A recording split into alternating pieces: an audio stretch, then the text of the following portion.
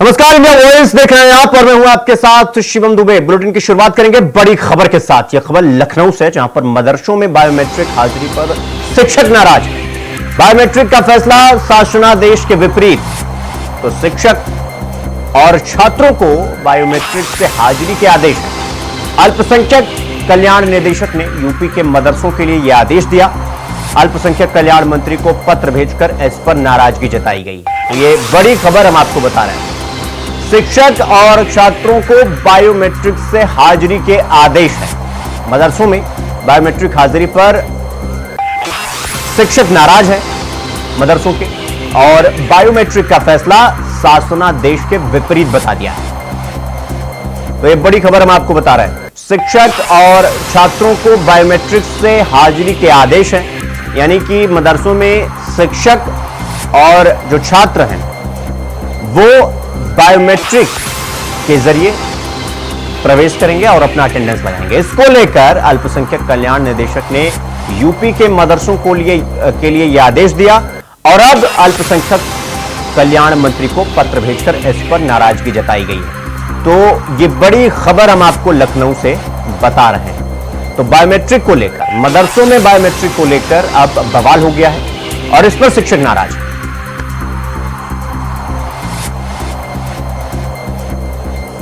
इस खबर पर हमारे साथ हमारे सहयोगी मोहम्मद आमान हमारे साथ जुड़ गए लखनऊ से। आमान, जिस तरीके से मदरसों में बायोमेट्रिक हाजिरी पर अब शिक्षक नाराज हैं और इस फैसले को शासनादेश के विपरीत बता रहे हैं, एक तो क्यों और ये पूरा मामला क्या है?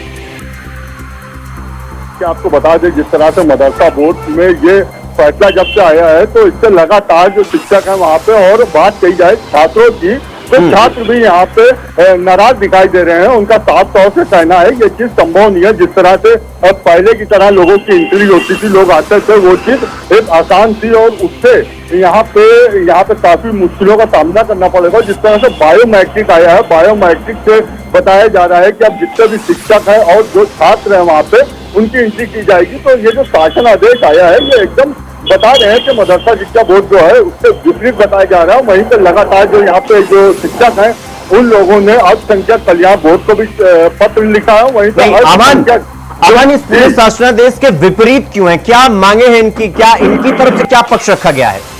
जी, इनकी तरफ से ये पक्ष रखा गया है। तो ये जो बायोमेट्रिक है, तो ये इस चीज को साफ तौर से नकार रहे हैं कि इनको बायोमेट्रिक नहीं चाहिए है। इनका साफ तौर से कहना है कि बायोमेट्रिक को लेकर यहाँ पे जो पहले जो व्यवस्थाएं थी वो सब डिस्टर्ब हो जाएंगी। उन व्यवस्थाओं को लेकर इन्होंने आवाज उठाई है।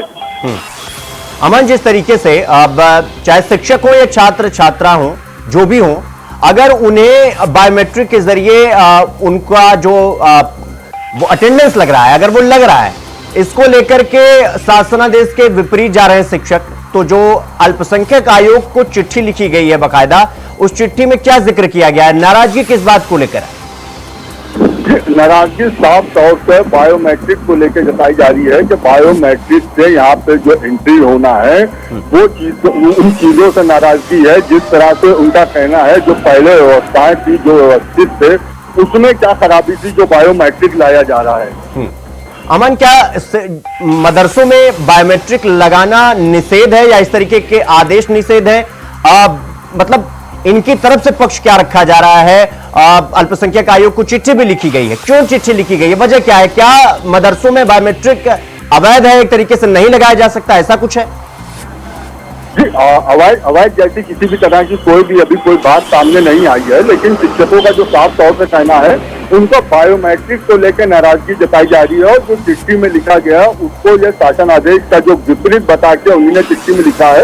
और कहीं ना कहीं साफ तौर से उनका यह भी कहना है कि बायोमेट्रिक से जो हमारी पहले व्यवस्थाएं थी, उन व्यवस्थाओं को यहाँ पे बिगाड़ हो सकती है। उन्हीं चीज को लेकर नाराजगी जताई है, जिसको लेकर इन्होंने अल्पसंख्यक कल्याण मंत्री को भी इन्होंने चिट्ठी लिखी है। ठीक है अमान, बहुत बहुत धन्यवाद आपका हमसे जुड़ने के लिए और इस खबर पर जानकारी हमारे साथ साझा करने के लिए। वहीं लखनऊ में लेखपाल 2021 भर्ती परीक्षा के अभ्यर्थियों ने प्रदर्शन किया है। हजारों की संख्या में अभ्यर्थी कैसरबाग राजस्व परिषद मुख्यालय पहुंचे। यहां सभी अभ्यर्थियों ने नियुक्ति की मांग को लेकर प्रदर्शन किया। इस दौरान अभ्यर्थियों ने राजस्व परिषद परिसर में प्रार्थना सभा भी आयोजित की। तो राजस्व मुख्यालय में अभ्यर्थियों का प्रदर्शन और नियुक्ति की मांग को लेकर यह प्रदर्शन किया गया। राजस्व परिषद परिसर में प्रार्थना सभा भी आयोजित की गई और इसको लेकर अभ्यर्थियों ने प्रदर्शन भी किया है। तो हजारों की संख्या में अभ्यर्थी कैसरबाग राजस्व परिषद मुख्यालय पहुंचे और सभी अभ्यर्थियों ने वहां पर नियुक्ति करने की मांग को लेकर प्रदर्शन किया। तो 2021 भर्ती परीक्षा के अभ्यर्थियों ने प्रदर्शन किया और अभ्यर्थी आपको बता दें कि हजारों की संख्या में कैसरबाग राजस्व परिषद मुख्यालय पहुंचे, जहां पर सभी अभ्यर्थियों ने नियुक्ति की मांग को लेकर प्रदर्शन किया। इस दौरान अभ्यर्थियों ने राजस्व परिषद परिसर में प्रार्थना सभा भी आयोजित की।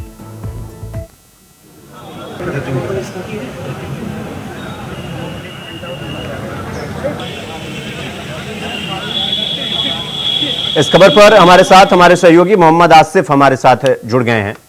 आसिफ, जिस तरीके से ये जो अभ्यर्थी हैं ये प्रदर्शन कर रहे हैं, एक तो इनकी क्या मांगे हैं और प्रदर्शन के दौरान क्या इनसे किसी की बातचीत हुई है इस प्रदर्शन को लेकर के?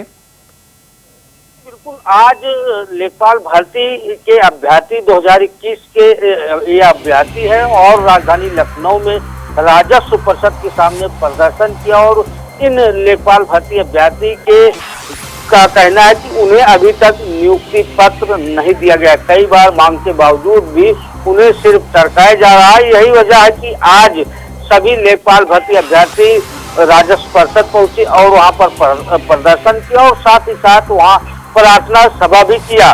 और बता दें कि जिस तरह से लेखपाल भर्ती के अभ्यर्थी अपनी मांगों को लेकर लगातार प्रदर्शन करते चले आ रहे हैं और उनकी सुनवाई भी नहीं हो रही, ऐसे में उन्होंने प्रदर्शन का रास्ता तैयार किया और कहा कि जब तक उनकी नियुक्ति पत्र उन्हें नहीं सौंपा जाता है तब तक उनका प्रदर्शन लगातार जारी रहेगा। जी आसिफ, जिस तरीके से 2021 से ये भर्ती परीक्षा के अभ्यर्थी प्रदर्शन कर रहे हैं, क्या वजह रही कि इन्हें नियुक्ति पत्र अभी तक नहीं दिया गया और इनके प्रदर्शन के दौरान क्या सरकार की तरफ से कोई नुमाइंदा इनसे बातचीत करने आया या और किसी फैकल्टी की तरफ से इनसे बातचीत करने की कोशिश की गई?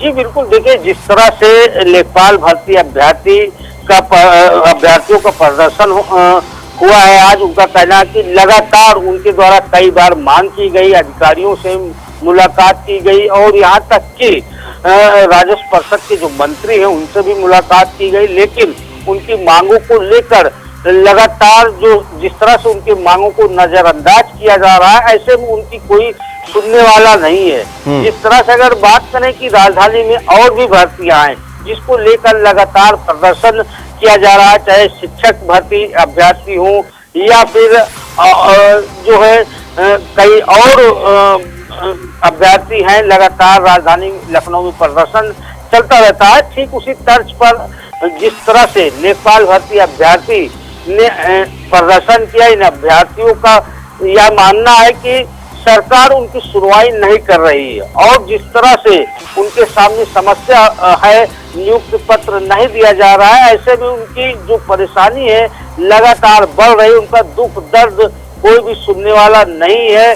और अब वह जो लेखपाल भर्ती अभ्यर्थी का समूह है वह अब यूपी सीएम योगी आदित्यनाथ से भी मिलेगा, उन्हें ज्ञापन सौंपेगा और अपनी मांगों को मनवाने के लिए हर तरह का प्रयास करेगा। जी आसिफ, जिस तरीके से हमने देखा था कि लगातार अभी आपने बताया कि शिक्षक भर्ती से लेकर लेखपाल भर्ती परीक्षा तक लगातार अभ्यर्थी प्रदर्शन कर रहे थे, लेकिन जब बीच में चुनाव आया ये प्रदर्शन पूरी तरीके से रुका क्योंकि धारा 144 लग गई थी, तो वो इस तरह के प्रदर्शन नहीं हो सकते थे।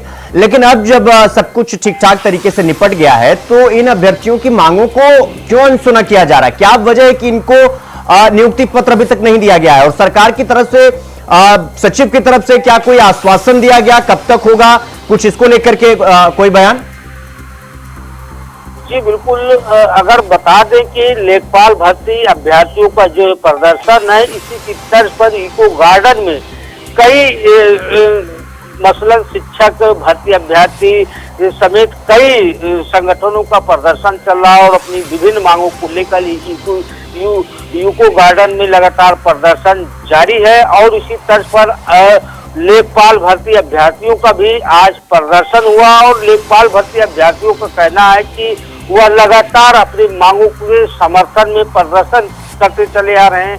लगातार अधिकारियों के पास पहुंच रहे हैं, राजस्व परिषद पहुंच रहे हैं और तमाम मंत्रियों के पास पहुंचे, लेकिन उनकी बातों को अनसुना किया जा रहा है और वह एक तरह से कहीं न कहीं निराश हो चले। हालांकि लेखपाल भर्ती अभ्यर्थियों का कहना है कि उन्हें लगातार आश्वासन भी दिया जा रहा है कि उनकी जो मांगे हैं नियुक्ति पत्र को लेकर, उनकी तैनाती को लेकर, वह जल्द से जल्द पूरी कर दी जाएगी। हालांकि अब देखना यह होगा कि क्या मजबूरी है सरकार की जिस वजह से लेखपाल भर्ती अभ्यर्थियों की मांगे नहीं पूरी हो रही है और अब आगे लेखपाल भर्ती अभ्यर्थियों का क्या कदम होगा यह देखना होगा। लेकिन जिस तरह से लेखपाल भर्ती अभ्यर्थियों को नियुक्ति पत्र को लेकर लगातार टरकाया जा रहा है, इससे कहीं न कहीं जो है अधिकारियों और मंत्रियों और विभाग पर भी तमाम सवाल खड़े हो रहे हैं। जी आसिफ, जिस तरीके से अभ्यर्थी अभी तो प्रदर्शन कर रहे हैं, फिलहाल मंत्रियों से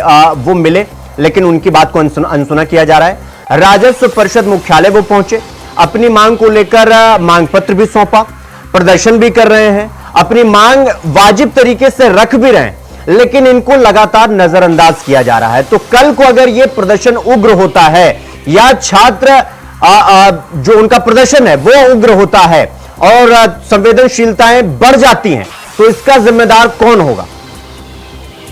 जी बिल्कुल, जिस तरह से अभी तक शांतिपूर्ण ढंग से लेखपाल भर्ती के अभ्यर्थियों का प्रदर्शन चल रहा है, राजस्व परिषद का घेराव किया और वहां पर प्रार्थना सभा भी की, यहाँ तक कि मांग पत्र भी राजस्व परिषद को लेखपाल भर्ती अभ्यर्थियों ने सौंपा, लेकिन जिस तरह से उन्हें आज भी आश्वासन दिया गया कि उनकी मांगे जल्द से जल्द पूरी की जाएगी। लेकिन इससे पहले भी जिस तरह से अभ्यर्थियों का प्रदर्शन किया गया, मांगों के समर्थन में लगातार दर की ठोकरें खा रहे हैं अभ्यर्थी, तो ऐसे में अगर जो है अभ्यर्थियों का प्रदर्शन और भी तेज हुआ तो इससे कहीं न कहीं सरकार की मुसीबत भी बढ़ेगी, क्योंकि जिस तरह से चुनाव के पहले तमाम ऐसे संगठन है जो अपनी मांगों के समर्थन में मुख्यमंत्री आवास का भी घेराव कर चुके हैं, उनकी गिरफ्तारी भी हो चुकी है और शिक्षक भर्ती अभ्यर्थियों को लेकर जिस तरह से कांग्रेस और सपा पूरी तरह से मुखर रही, इससे कहीं न कहीं सरकार की भी किरकिरी हुई। अब जब जिस तरह से लेखपाल भर्ती अभ्यर्थियों का यह प्रदर्शन अगर फूल पकड़ता है। आसिफ, बहुत बहुत धन्यवाद आपका हमसे जुड़ने के लिए और इस पूरी खबर पर जानकारी हमारे साथ साझा करने के लिए। तो खबरों में आगे बढ़ेंगे एक और बड़ी और अहम खबर के साथ। दिल्ली से यह खबर हम आपको बता रहे हैं, कांग्रेस कार्यकर्ताओं पर प्रदर्शन के दौरान लाठीचार्ज हुआ है और लाठीचार्ज में कई कांग्रेस के कार्यकर्ता भी घायल हुए हैं। नीट और अग्निवीर मुद्दे पर संसद घेराव के दौरान हंगामा हुआ और ये बड़ी खबर हम आपको बता रहे हैं, प्रदर्शन करने पर या प्रदर्शन कर रहे कांग्रेस कार्यकर्ताओं पर लाठीचार्ज हुआ। लाठीचार्ज में कांग्रेस के कई कार्यकर्ता घायल हुए। तो नीट और अग्निवीर मुद्दा, इसको लेकर कांग्रेस कार्यकर्ता संसद का घेराव करने पहुंचे, जिस दौरान हंगामा हो गया। ये लगातार तस्वीरें भी हम आपको दिखा रहे हैं, ये देख सकते हैं किस तरह से कांग्रेस कार्यकर्ताओं पर लाठीचार्ज किया जाए। ये देखिए, ये तस्वीरें आप देखिए, अंधाधुंध लाठीचार्ज किया जा रहा है प्रदर्शन के दौरान। नीट और अग्निवीर मुद्दे को लेकर संसद का घेराव के दौरान हंगामा हुआ और इस हंगामे में ये लगातार तस्वीरें हम आपको दिखा रहे हैं। देख सकते हैं किस तरह से पुलिस लाठीचार्ज कर रही है कांग्रेस कार्यकर्ताओं पर और इसमें कांग्रेस के कई कार्यकर्ता बुरी तरह से घायल भी हुए, क्योंकि जिस तरीके से लाठीचार्ज हो रहा है ये देख सकते हैं। ये देखिए, ये तस्वीरें हम आपको दिखा रहे हैं, ये कांग्रेस के कार्यकर्ता हैं जो प्रदर्शन करने पहुंचे थे, संसद का घेराव करने पहुंचे थे अग्निवीर और नीट परीक्षा को लेकर।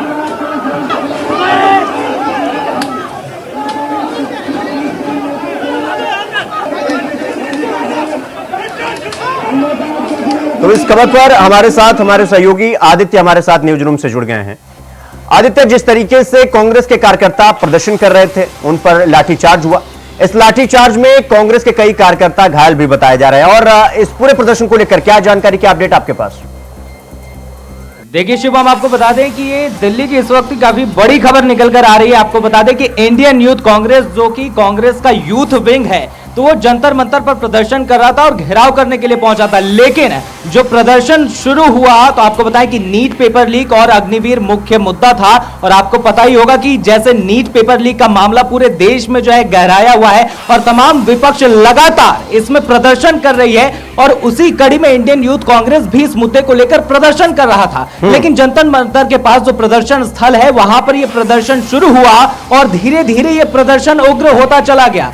आपको बता दें कि जैसे प्रदर्शन उग्र हुआ तो पुलिस के द्वारा बैरिकेडिंग भी लगाई गई थी। प्रदर्शन इतना उग्र हो चला शिवम कि वहां पर जो भी इंडियन यूथ कांग्रेस के कार्यकर्ता थे, तो सभी ने बैरिकेडिंग तोड़ दिया। उसके बाद जो है लगातार पुलिस की तरफ से लाठीचार्ज शुरू हुआ और आपने तस्वीरों में जैसा देखा होगा, और तस्वीरें आप साफ देख पा रहे होंगे कि किस तरह से लाठीचार्ज हुआ है। लगातार पुलिस और कार्यकर्ता आपस में भिड़ गए, लगातार जो है लाठीचार्ज चल रही थी। और आपको बता दें कि इसी मामले में इंडियन यूथ कांग्रेस के जो राष्ट्रीय अध्यक्ष हैं श्रीनिवास बीवी, उन्होंने ट्विटर पर ट्वीट भी किया है। उन्होंने ट्वीट करके जानकारी दी है। उन्होंने ट्वीट में लिखा है कि ये राहुल गांधी के बब्बर शेर हैं, ये लाठियों से डरने वाले नहीं है। यानी कि आप देख सकते हैं कि इंडियन यूथ कांग्रेस के जो राष्ट्रीय अध्यक्ष हैं, उन्होंने सोशल मीडिया पर इस लाठीचार्ज को लेकर अपनी प्रतिक्रिया भी दी है कि जैसे लाठीचार्ज कर रही है, उन्होंने जो इंडियन यूथ कांग्रेस के कार्यकर्ता थे, उन्हें जो है शेरों की उपाधि दी। यानी वो कहना चाह रहे हैं कि ये कार्यकर्ता रुकने नहीं वाले हैं। तो जब तक पेपर लीक मामले को लेकर जो है अभी लगातार कार्रवाई चल रही है। आपको पता होगा कि सीबीआई जो है लगातार इस मामले में जो है अभी टेक ओवर कर लिया है, और सीबीआई जो है हजारीबाग भी पहुंच गई, झारखंड से जो है इसके तार जोड़ रहे हैं। तो लगातार पेपर लीक को लेकर जो है और अग्निवीर का मुद्दा था, दिल्ली के जंतर मंतर में प्रदर्शन चल रहा था, लेकिन प्रदर्शन उग्र हो चला और लाठीचार्ज होने लगी।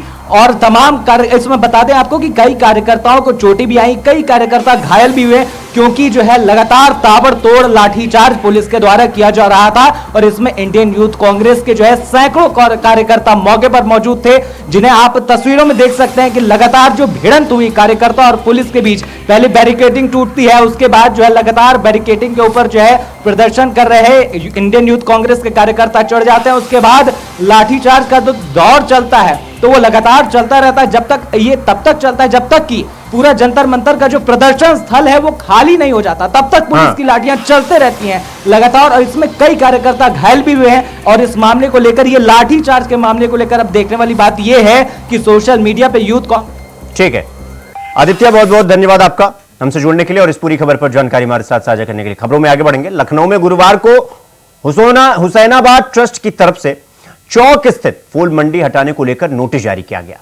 नोटिस मिलने के बाद फूल विक्रेता और किसान बेहद आक्रोशित, सभी ने इस नोटिस का विरोध किया है।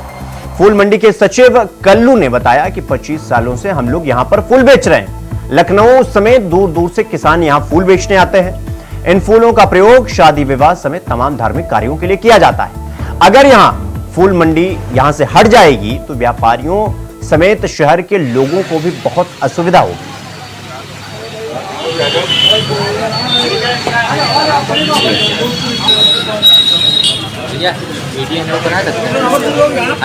कोई दिक्कत तो नहीं।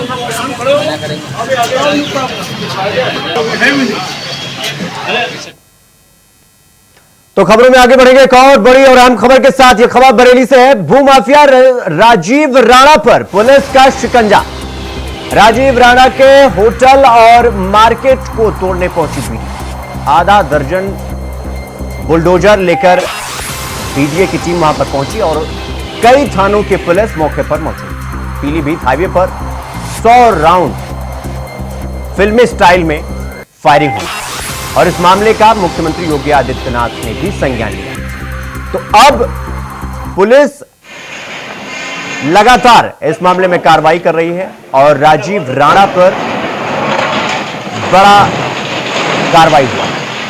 उनके होटल और मार्केट को बीडीए तोड़ने पहुंची। आधा दर्जन बुलडोजर लेकर बीडीए की टीम पहुंची।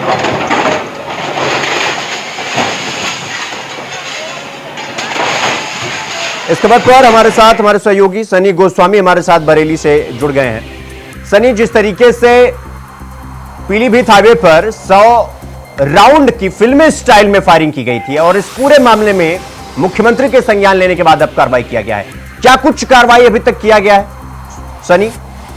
जी शिवम, मैं आपको बताना चाहूँ कि ये 22 तारीख को यहाँ पे बरेली में पीलीभीत बाईपास पे एक बहुत बड़ी घटना हुई थी। गोली कांड हुआ था जिसमें दो पक्ष आमने सामने आ गए थे और 100 राउंड से ज्यादा वहाँ पे गोली चली थी, जिसको लेकर ये पूरा क्षेत्र जो है वो धरा गया था और ये पूरा मामला जो था शासन तक चला गया था। ये आपको बता दें, एक प्लॉट को कब्जे पे लेकर जो गोली कांड हुआ था, जिसको लेकर पूरा बरेली दहल गया था और जिसको लेकर शासन ने कार्रवाई भी करी है। और ये जो यहाँ के कप्तान थे गोले सुशील चंद्रभान, उनको यहाँ से हटाया गया है और अनुराग आर्य जो है वो आज यहाँ पे आए हैं और उन्होंने पीसी करी है। उन्होंने कहा है कि जो भी भू माफिया होंगे उनके खिलाफ सख्त से सख्त कार्रवाई की जाएगी। वहीं आपको बता दें, जो होटल पे आज कार्रवाई की गई है, जो राजीव राणा जो मुख्य आरोपी था, जो गोलीकांड का मुख्य आरोपी था, जैसे ही आज एक दर्जन करीब, लगभग आधा दर्जन करीब बुलडोजर जब बीडीए के अधिकारियों के साथ और पुलिस फोर्स के साथ में मौके पर पहुंचे, जैसे ही वो फरार था, वो शनिवार से बीडीए के द्वारा अभी तक राजीव राणा के होटल से लेकर मार्केट को तोड़ने के बाद कितने संपत्ति का अभी तक नुकसान हुआ, एक तरीके से कहें धराशायी हो गया होगा?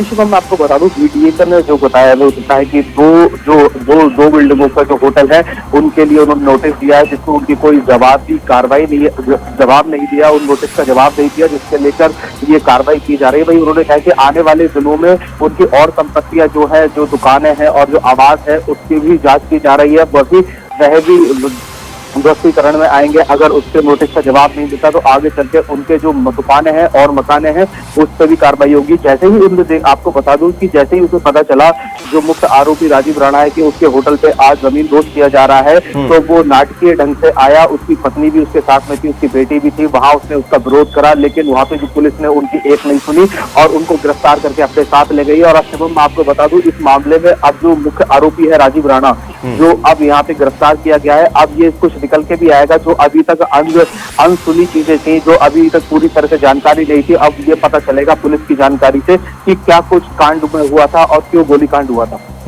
तो सनी, इस पूरी कार्रवाई से इस सरकार की और बीडीए की टीम जो जिस तरीके से आधा दर्जन से ज्यादा बुलडोजर लेकर पूरे जमींदोज कर दिया गया होटल से लेकर पूरे बाजार तक को, इस कार्रवाई से क्या संदेश देने की कोशिश की जा रही है कि प्रदेश की कानून व्यवस्था को अगर चैलेंज किया गया तो कार्रवाई कुछ इसी तरीके से होगी?